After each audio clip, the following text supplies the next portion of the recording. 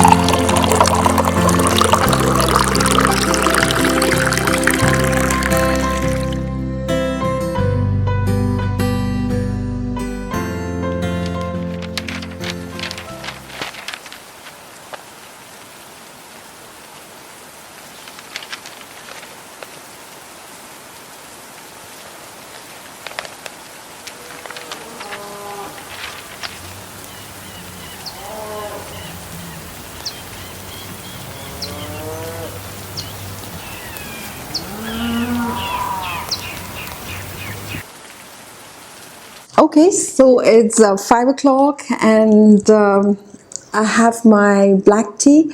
So I hope you have picked up your tea or coffee or whatever you like. I generally prefer black tea or green tea. So I have my green tea here, and I have the first letter with me, and I'm just waiting to share this with you all. So this letter comes from a girl, a woman who is very close to us today, and she wanted us to share her experiences with all of you all. And this is actually an instance that she wants to share from her life. So I will be reading a few things as written by her because it has the beauty in its literal sense, and the remaining story I will share with you all casually, like an interaction. So she doesn't want her name to be revealed, so I fondly, or rather we fondly call her Cranberry. So this is a letter from Cranberry, and this is how she started the letter. Dear Shrink, that's how she addresses me today. So she calls me a shrink. So, dear Shrink, I'm writing to you on a Sunday morning. And it has been snowing the past few days. Yeah, she's staying abroad, so it has been snowing there for a while now. Sundays were not very pleasant with me. I do not have a great relation with Sundays. But today, as I'm writing to you, I have a sense of relief. I don't know how, but I'm a happy person this Sunday. So that's how she's written. So now you know that she's a lady who does not like or has something to do with her Sundays. Generally, we wait for Sundays, right? We have something to do. We want to watch a movie. We want to spend time with our parents, or with kids, or with the partners. So we wait for Sundays. But this person says she didn't have a good relation with Sundays. Now, what exactly happened to her? So let's go back into her life. That is about the story of the little Cranberry. As in, Cranberry was born in Thrissur into a family of academicians who were really well off. Thrissur generally has a lot of rich people staying over there. So she comes from a very financially sound background and highly educated parents who were professors in one of the most renowned colleges. And she was the only child. So Cranberry is the only child, and that too only girl child. So what happens there is the parents tend to shower their love in the form of dolls, a doll house, or expensive clothes. So that's how her parents showed her the love, by giving all these things. And she had a nanny. They had the luxury of rather hiring a nanny. So there was a nanny who used to accompany her all throughout the day. So when she used to wake up, she used to find the nanny who used to take care of her, who used to take her to school, get her back from school, and the entire day used to go on in her house with the nanny, who is her only best friend. So she used to have a lot of conversation with her. She loved her company. She used to love a lot of drama. She used to love music. She used to love dance and sports. But unfortunately for her, her parents really did not allow her to extend after class. So generally whenever you are into the sports club or the drama club, what happens is that the school asks you to stretch a bit, so that you can get some attention on it. So the parents really didn't approve of it, because they felt she needs to be more secure at home and do her homework and study.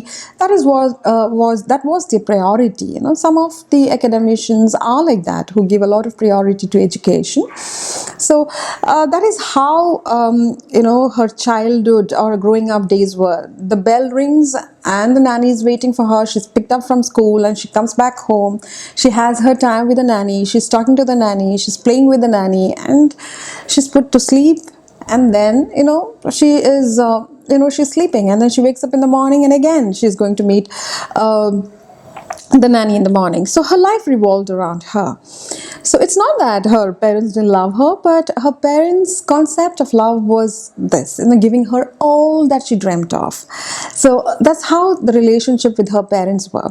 So when it happens to be a Sunday, the nanny used to take the leave, in the sense she used to go to her house, and she used to not be, in her house.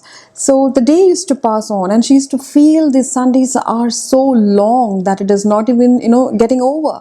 And the parents used to be busy in their own chores, preparing, especially the academic portion again. They used to sit down and discuss about their topics for Monday and what is happening in college. So the child was a little confused about what was happening all around. So little Cranberry was waiting for Monday to see her nanny. So this is how her life is as a child. So little Cranberry has her nanny as a best friend, waiting for the Sunday to get over. So this is why she used to wait for Sundays to get over, so that she has a normal life from Monday onwards. So this is about why she did not like Sundays. Now, it does not end here. The instance goes on, There are more interesting things that happens to her through the phase of life. So I just told you all about what is the connection with Sunday. So why is that Sunday is so important in her life? So let me just tell you a little more about her. Okay, so let's go on with the little Cranberry's life. So, Cranberry is slowly growing up and she starts listening to a lot of Hindustani music and she starts to develop a passion towards it.